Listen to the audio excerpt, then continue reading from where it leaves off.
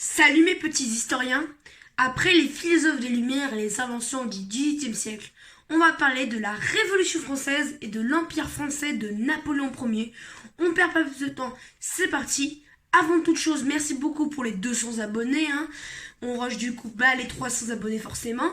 Et bien évidemment, durant cette vidéo, on ne traitera que les dates importantes, sinon ça va être trop compliqué et la vidéo durera trop longtemps. Allez, c'est parti. Tout commence en 1789. À ce moment-là, le royaume de France va très très mal.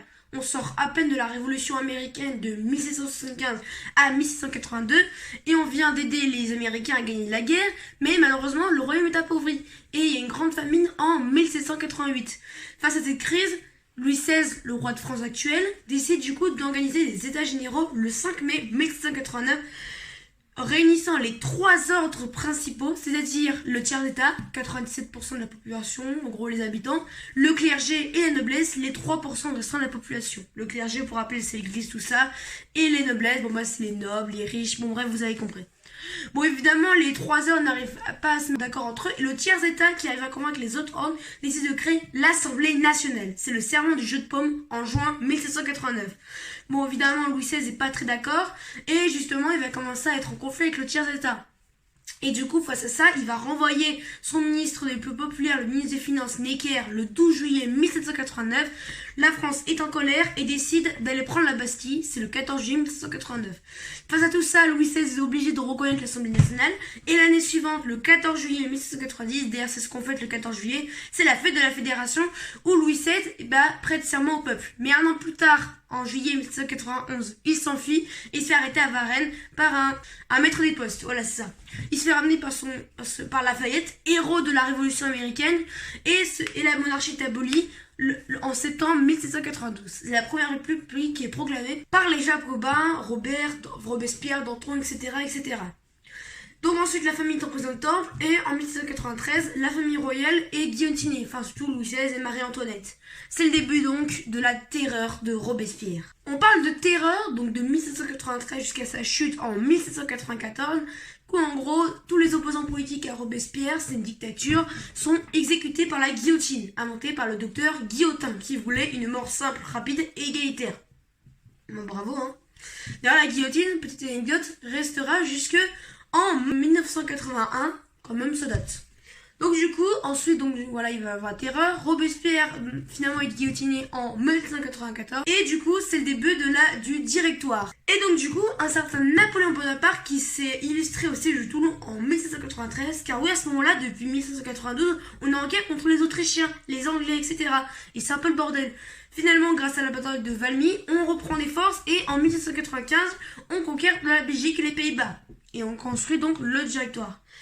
Et donc du coup, Napoléon va s'engager dans deux guerres, la guerre d'Italie en 1796, qui va remporter évidemment, et la guerre d'Égypte de 1798 à 1799, qu'il perd, et doit malheureusement rentrer en France après avoir perdu contre les Ottomans et les Anglais.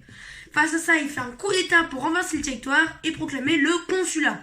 Alors le consulat, qu'est-ce que c'est ? C'est un peu la nouvelle version du directoire, mais voilà. Et c'est comme ça qu'il va aussi faire le code civil qui est encore actif en 1882.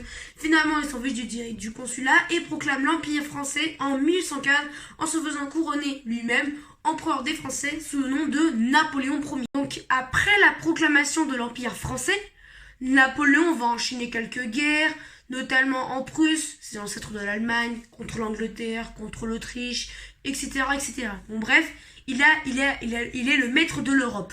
Mais malheureusement, en 1812, il va envahir la Russie. Très très grosse erreur, puisque justement, l'empereur de Russie, Alexandre Ier, va adopter la technique de la terre brûlée, adoptée par Vercingétorix. Qu'est-ce que c'est ?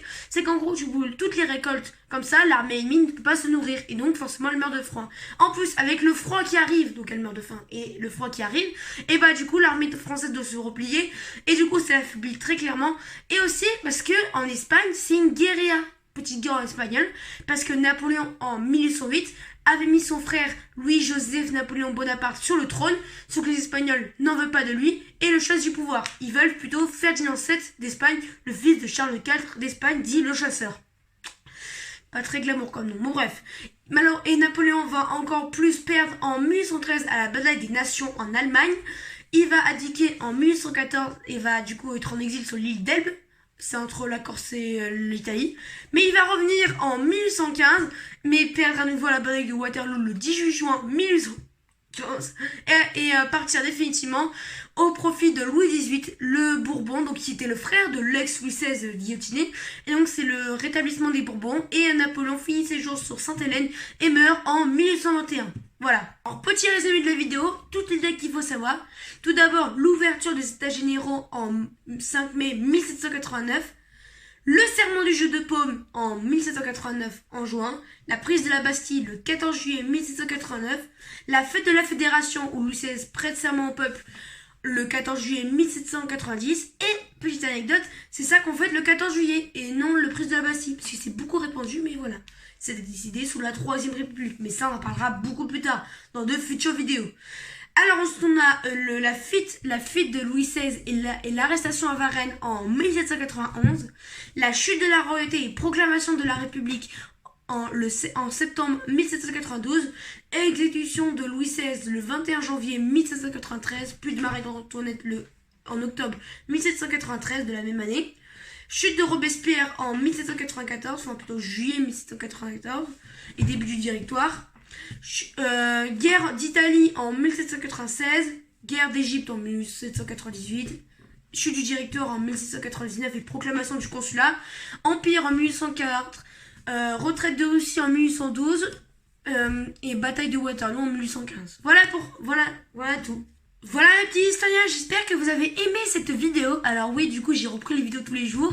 Merci beaucoup encore pour les 200 abonnés. On va évidemment rusher les 300 abonnés. J'espère qu'on les aura bientôt. Au moins avant le nouvel an, ce serait cool. Donc voilà, merci beaucoup de m'avoir soutenu pour la Rome antique. J'espère que je ferai beaucoup de vues pour le philosophe des Lumières. J'espère que ça vous cultive bien, que vous apprenez plein de trucs et tout. Bon allez, je vous dis salut. Ciao ciao.